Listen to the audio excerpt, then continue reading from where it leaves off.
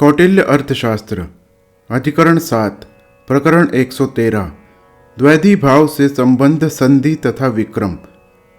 विजिगीषु अर्थात विजय का इच्छुक द्वितीय प्रकृति के साथ इस प्रकार व्यवहार करे।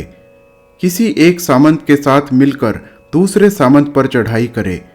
यदि वह समझे कि वह मेरे पार्षणी अर्थात पीठ पीछे का राष्ट्र पर आक्रमण न कर सकेगा तथा यातव्य अर्थात जिस पर चढ़ाई की जाए का साथ न दे सकेगा, बहुतों के साथ मुझको लड़ना पड़ेगा या मेरे साथी धन तथा सैन्य का प्रबंध कर देंगे तथा अंदरूनी दुश्मनों को नष्ट कर देंगे, जांगलिकों तथा उनके अनुयायियों को किलों में घेर कर दंड देंगे, यातव्य को भयंकर विपत्ति में डालकर संधि करने के लिए बाधित करेंगे, अवश्य लाभ प्राप्त कर शत्रुओं तथा अन्यों का मुझ पर विश्वास करवा देंगे, तो वह एक के साथ युद्ध और दूसरे के साथ मैत्री उद्घोषित कर किसी सामंत से सेना और किसी से धन मांगे।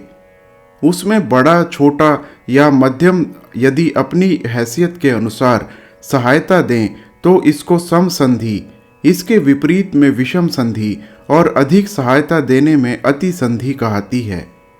यदि कोई शक्तिशाली विजिगीषु तकलीफ में पड़ जाए या विपत्तियों से घिर जाए या नुकसान में आ जाए तो दुर्बल या हीन मित्र उसका ही धन उससे मांगे जितना कि खर्च सैनिकों द्वारा सहायता पहुंचाने में हुआ हो।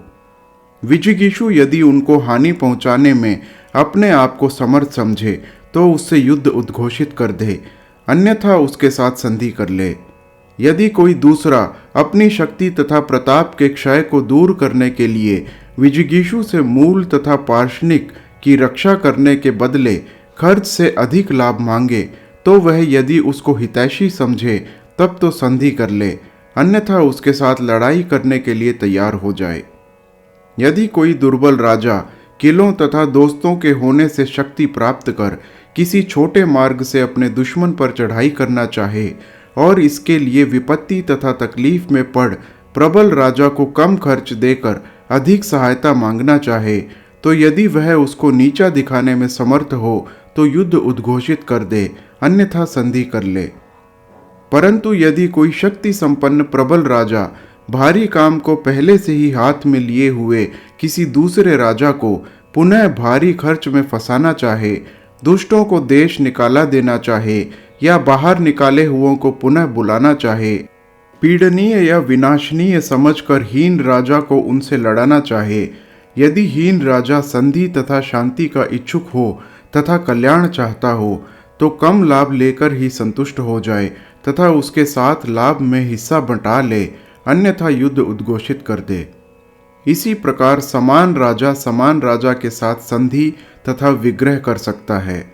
दृष्टांत स्वरूप यदि कोई राजा दुश्मन की सेना का मुकाबला करने के लिए मित्रों के जंगलों तथा शत्रु के हाथ में फंसी जमीनों को छुड़ाने के लिए देशिक मूल तथा पार्षणी को बचाने के लिए समान शक्ति वाले राजा से सहायता मांगे तथा समान लाभ देने के लिए तैयार हो तो यदि उसकी कल्याण बुद्धि समझे तो संधि करे, अन्यथा युद्ध उद्घोषित करे। प्रभुत्व शक्ति रहित कोई राजा यदि विपत्ति में पड़े तथा चारों ओर शत्रुओं से घिरे किसी समान राजा से कम धन देने के बदले अधिक सहायता मांगे तो वह यदि उसकी हानि कर सकता हो तो युद्ध उद्घोषित करे, अन्यथा संधि कर ले। इसी प्रकार यदि कोई राजा कर्तव्यवश सामंतों पर राज्य कार्य को छोड़कर समान राजा से अधिक सहायता मांगे तो वह यदि उसको कल्याण बुद्धि समझे तो संधि कर ले, अन्यथा युद्ध उद्घोषित कर दे। यदि कोई प्रभुत्व शक्ति से हीन होकर भी विपत्ति में फंसे किसी दूसरे राजा को नष्ट करना चाहे, शुरू में ही या चढ़ाई करने पर प्रहार करना चाहे, यातव्य से अधिक धन खींचना चाहे और इसीलिए अधिक हीन या सम सामर्थ्य वाले राजा से बारंबार सहायता मांगे, तो यदि उनको अपनी सेना की रक्षा करनी हो, दूसरे के अविजेय किले या जंगल को दूसरे के सैन्य के सहारे फतह करना हो या दूसरे के सैन्य को दूर ले जाकर उसका खर्च तथा नुकसान बढ़ाना हो या उस सैन्य के सहारे अपनी शक्ति बढ़ानी हो या शत्रु की सेना को नेस्तनाबूद करना हो तो उसकी बारंबार सहायता देते करें। यदि कोई राजा यातव्य के बहाने अधिक या हीन शक्ति वाले राजा को अपने हाथ में करना चाहे, शत्रु को नष्ट कर अंत में उसी को नष्ट करने की इच्छा रखता हो तथा दी हुई चीज को लौटा लेने का इच्छुक हो, तो खर्च से अधिक लाभ मांगे। यदि वह उसको नुकसान पहुंचा सकते हों तो युद्ध करें, अन्यथा संधि कर लें या यातव्य के साथ मिल जाएं, या उसको बदमाशों, दुश्मनों तथा जांगिलकों की सेना के द्वारा सहायता पहुंचाएं। इसी ढंग पर शक्तिशाली राजा दुर्बल राजा से खर्च से कम धन देने के बदले सहायता मांगे। यदि वह लड़ने में समर्थ हो तो लड़ाई करे, अन्यथा संधि कर ले।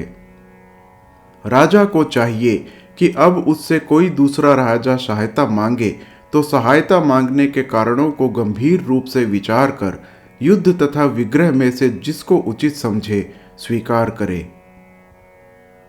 प्रकरण 114-15 यातव्य तथा अनुग्राह्य मित्र का कर्तव्य। जब कोई यातव्य अर्थात जिस पर शत्रु चढ़ाई करना चाहता हो, चढ़ाई के खतरे में हो, संधि की शर्तों को जानना चाहता हो या दुश्मनों के गुट को चूर चूर करना चाहता हो, तो उनको दुगना लाभ देने का वचन करे।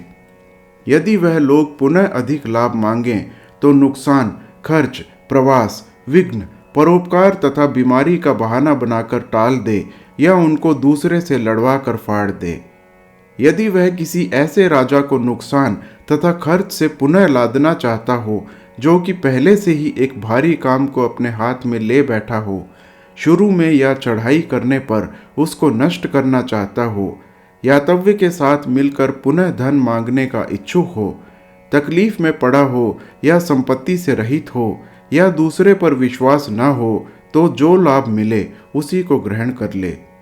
यदि वह समझे कि भविष्य में उसको मित्रों से पर्याप्त अधिक सहायता मिल जाएगी, दुश्मन भी घट जाएंगे तथा संपत्ति भी प्राप्त हो जाएगी तथा पूर्व में सहायता देने वाले पुनः सहायता देने के लिए बाधित हो जा सकेंगे, तो बहुत बड़े लाभ को छोड़कर भविष्य में होने वाले थोड़े लाभ को ही पसंद करे।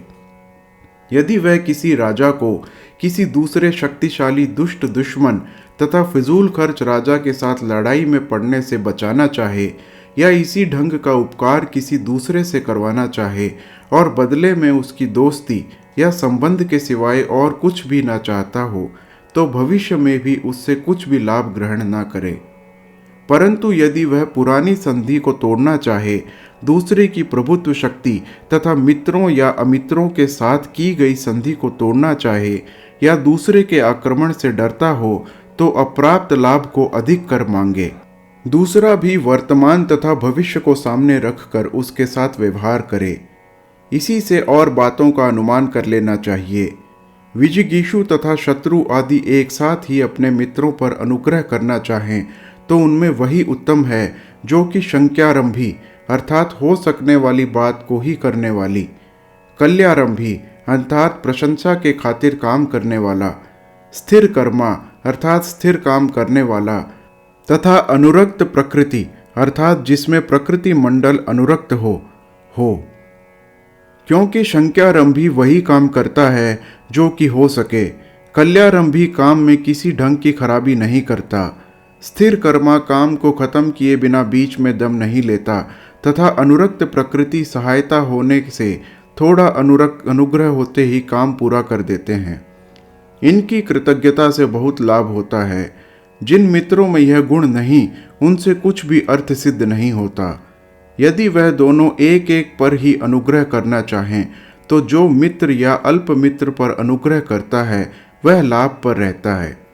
मित्र के प्राप्त होने से उसकी शक्ति बढ़ जाती है। जो इससे भिन्न व्यक्ति का उपकार करता है वह वृह्याही नुकसान, खर्च, परदेश तथा परोपकार के कष्टों को सहता है। शत्रु अपना मतलब सिद्ध कर अंत में उपकार करने वाले को ही नुकसान पहुंचाता है। मध्यम राजाओं में जो मित्र या अल्प मित्र पर अनुग्रह करता है वही अच्छा रहता है। मित्र प्राप्ति से शक्ति बढ़ती है। शत्रु पर उपकार करने से क्षय, व्यय, प्रयास तथा परोपकार का भार निरर्थक ही सहना पड़ता है। जब मध्यम राजा ऊपर लिखित गुणों से हीन हो तो शत्रु की शक्ति को बढ़ा देता है, क्योंकि वह अपनी शक्ति फजूल के कामों में नष्ट कर देता है और शत्रु की चढ़ाई होते ही किनारा कर बैठता है। उदासीन पर अनुग्रह करने के भी यही नियम हैं। मध्यम तथा उदासीन राजाओं को सेना तथा हिस्से से जो लाभ पहुंचाते हैं उनमें वही उत्तम है जो कि शूरवीर, शस्त्र संचालन में प्रवीण, कष्ट सहने में समर्थ तथा अनुरक्त राजा को सहायता देता है। यदि उसमें यह गुण न हो तो सहायता देने में नुकसान उठाना पड़ता है। जिस काम के लिए सेना भेजी जाती है वह उस काम को या उसके बदल अन्य कामों को सिद्ध कर देती है। इसलिए समय तथा स्थान के जानने के बाद ही मौल भ्रत अर्थात प्रवासी तालुकेदार, श्रेणी अर्थात कंपनी, मित्र तथा जंगली मित्र आदिकों में से किसी एक की सेना के द्वारा सहायता दी जाए। यदि वह सेना एक ऐसे जांगलिकों की है जो कि दोस्त न हो तो जब जहाँ हो वहाँ भेजें। यदि यह समझे कि अमुक अमुक राजा हमारी सेना से अपना मतलब सिद्ध करेगा, उसको दुश्मन, जंगल, अनुचित स्थान तथा अनुचित ऋतु में रख कर नष्ट कर देगा, तो सेना इकट्ठा करने का बहाना बना दे और जिस समय उसको जरूरत पड़े तभी सहायता दे तथा काम के समाप्त होते तक उसी के पास रखे तथा अपनी सेना की स्वयं ही देखरेख करता रहे। जब काम खत्म हो जाए तो किसी बहाने से सेना को बुलवा ले। इसके बदले बदमाशों, जंगलियों तथा दुश्मनों की सेना उसको दे दे या यातव्य के साथ संधि करके उसको नीचा दिखा दे। यदि लाभ समान हो तो संधि और यदि लाभ समान ना हो तो युद्ध किया जाता है। यदि इन दोनों से भिन्न लाभ हो तो संधि तथा युद्ध में जो उचित समझे उसे करे। हर हर महादेव।